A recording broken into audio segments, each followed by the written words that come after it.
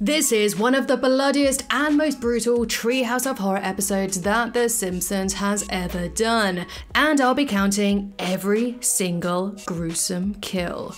But just for fun, quickly write down below what your guess is for the kill count, and let's see who gets the closest. So, this year's Halloween special shows us an alternate reality where Sideshow Bob kills Bart Simpson, a Springfield that is plagued with Homer clones, and Bart being turned into an NFT. So, enough of my jibber jabbing, and let's get to the kills. So, we immediately start off with a title card. And for the third year in a row, thank you Dead Meat James for not suing me. And with that, we go into the first segment, Wild Bart Can't Be Token. And you know what, I'm gonna say it right here and right now. I have to admit that I do miss the old wraparound format of these earlier Treehouse of Horror episodes.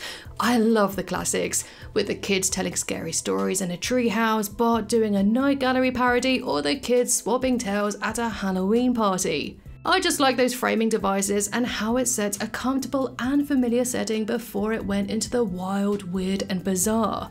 And it is a format that they haven't done for decades, but still, I'd love to see them bring it back, even just for one episode. So anyway, let's get to the story. And Quimby announces that the Museum of Art was closing and that everything inside of it would be digitalized and sold on the blockchain.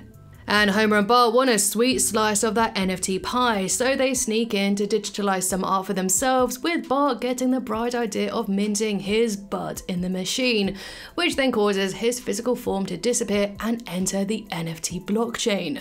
Homer delivers this bad news to Marge, but when she hears that he's worth over $1 million, she even briefly considers minting Lisa. Imagine what we get for Lisa. She quickly dismisses this and vows to bring Bart back, when all of a sudden the Guardians of the Cryptoverse arrive. Kylie Jenner, Rob Gronkowski and Jimmy Fallon, or as Homer likes to call them, celebrity NFT shills. Now, seeing Jimmy right here, and it brought up a really awful memory ingrained in my mind of when he did that awful, dreadful segment on his show where he and Paris Hilton awkwardly showed off their crappy Bored Ape NFTs. And you could even tell that the audience literally had no idea how to respond to watching these two fully grown millionaires talk about digital apes. Ugh, gross. Kylie helps Marge enter the digital world as an NFT to get her son back, mildly reminiscent of the mum in Poltergeist. And as it turns out, the blockchain is a literal speeding train, which is shown via a direct reference to Snowpiercer, the fantastic movie and a so-so TV show.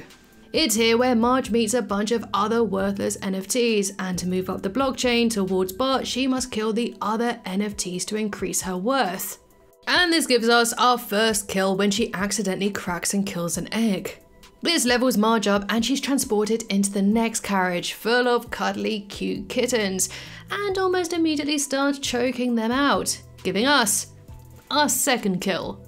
She then takes out every single digital cat here, so I'm gonna pause this right here and count every little kitty I see, which is 38, plus 1, which hits the screen.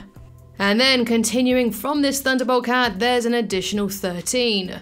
So we are 4 minutes into the episode and that's already 54 kills, but that number is just about to skyrocket because Marge then takes out literally every single one on the train. But the problem is that we have no idea how many that is specifically, if not for the incredible animation team that literally gives us a kill counter. This tells us that Marge's total body kill count right here is 723, which makes my job oh so much easier. So thank you so much, Simpsons team. And it has to be said that this number also includes Itchy, Scratchy, and the Poochie NFT. But back in the real world, Kirk and Wiggum then arrive at the art museum to mint their own kids, shoving Milhouse and Ralph into the NFT machine to make some extra moolah. And in a very dark body horror scene, they merge together into this abomination. Please kill Ralph House. Also, great character choice here, as Kirk Van Houten would definitely be one of those who'd be sucked into the whole NFT void. Back in the digital world, Marge puts Ralph House out of their misery, and I'll count this as 2 kills. This act increased Marge's worth to $1 million, finally transporting her into the final carriage, the carriage of the most elite NFTs. She then grabs Bart and gets the heck out of the block train, but back in the real world and Homer is nowhere to be seen, and that's because he sold himself to Mr. Burns for $100 million. Only for the NFT train to come to an abrupt stop, which causes an avalanche and all of the NFTs to lose their value. The romance of train travel. And so that's the end of the first segment. Now, when I first heard that The Simpsons were going to be tackling NFTs in this recent Treehouse of Horror episode, I was a little concerned. I feared that it might really be dated, because while NFTs are still around, the craze has definitely really died out. Thankfully. But instead, the segment was actually commenting on how the NFTs are worthless now anyway, and I actually found myself enjoying it. The action was smooth and fun, and visually I liked the bright colour contrast of the NFTs against the grey of the train. So, although it might not be one of the greatest Treehouse of Horror segments, it was definitely still very enjoyable. Although I do find it kind of ironic that The Simpsons are making fun of NFTs here when they themselves were sold as NFTs back in 2021. These golden NFTs were sold for $60 each, and according to one article I found, it generated $1.1 million, although these are probably worthless by now. It is important to note, however, that the Simpsons team didn't actually have any involvement in this promotional project. No, it was actually their evil corporate money gobbling overlord, so I imagine this was exactly their inspiration for this particular segment. Now, let's move on to my favourite segment of the episode, 8. The story opens with a 1993 flashback of Season 5's Cape Fear, with Sideshow Bob performing the HMS Pinafore. And I have to say that the animation here looks exactly like it did back in Season 5. The team did an amazing job recreating it. It was even shown in the standard definition box size to really mirror the original episode. And the little comic book guy nerd inside of me just loves those little details. So while the original episode sees Bart distract Sideshow Bob long enough for the cops to arrive, here Sideshow Bob realises that Bart is in fact wasting his time. Did you only ask me to sing to forestall your gruesome end? So he slices him up, to which Lisa sees in horror and gives us our very first kill of the segment. We then cut to 30 years later to find an adult Lisa who is now a criminal psychologist. And it has to be said that this entire segment is an amalgamation of different crime media references. There's a tablespoon of Mindhunter, a dash of Seven, and a sprinkling of Silence of the Lambs in here. Then Police Officer Nelson arrives at the end of one of her lectures and asks her for her help in solving a grisly crime. And at first she says no, until he mentions that it involves her directly, as Rod Flanders has been mutilated with his intestines pulled out to spell, "Hi Lisa." A detail later on I really did like was how all of the school bullies are now police now. Perhaps it means that being a school bully does actually lead to success. Anyway, Dolph then reports that there's been another murder, this time Martin Prince, whose body has been turned into a clock. And then we cut to another murder with Cletus' son being skinned. The police then report another killing, but before we can see the victim, Shauna reports yet another murder, so that's an extra 2 kills for the kill count.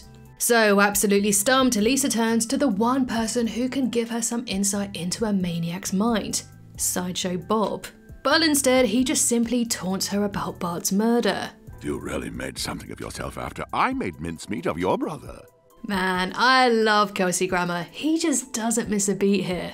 Lisa then realises that all of her victims were firstborn siblings, so with Nelson, she finds the villain's lair, which is an old slaughterhouse. And the creepy atmosphere here is so good, with all of the meat hooks hanging over them. It's a really great visual. And in a surprisingly gruesome scene, Nelson is impaled by a meat hook and hoisted into the air.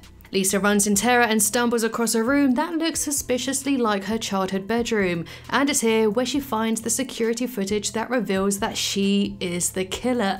So she gets arrested for the murders, and while incarcerated, she gets inside Sideshow Bob's prison cell with a little help from her baby sister Maggie. And I have to say that I do love that the Simpsons are still sticking with the tradition that A, Maggie is a little bit of a psycho, and B, her never speaking in the future episodes.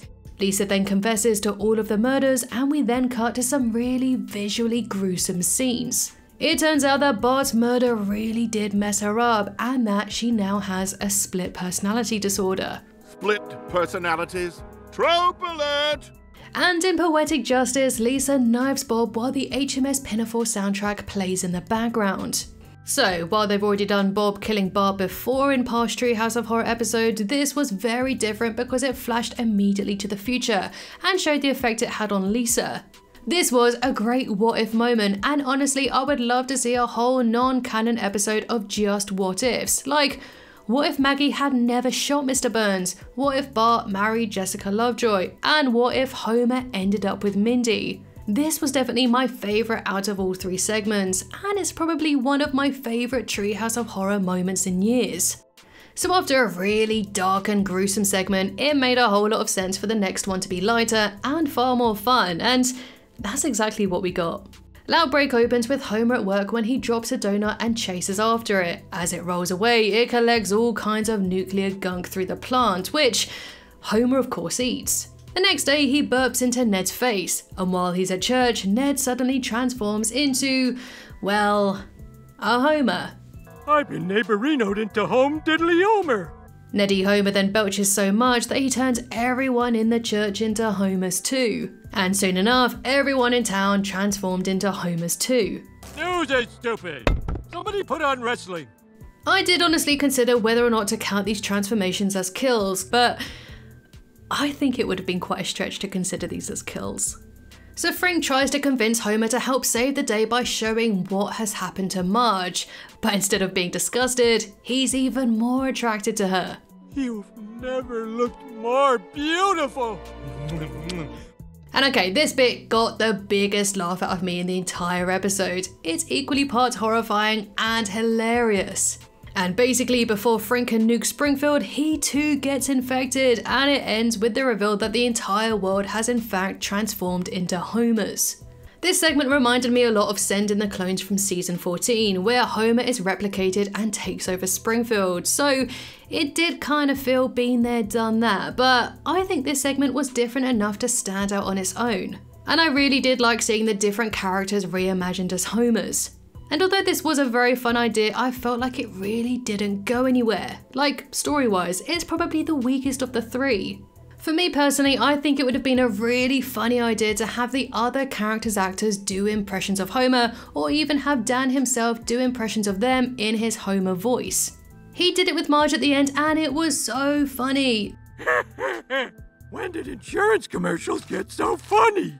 This segment would have really benefited from more fun and more, I don't know, just a bit more experimentation like that. So while I did have a few gripes with this episode, it still was mostly very fun, and it did get the biggest laughs out of me. And in a show like The Simpsons, you mostly come for the laughs.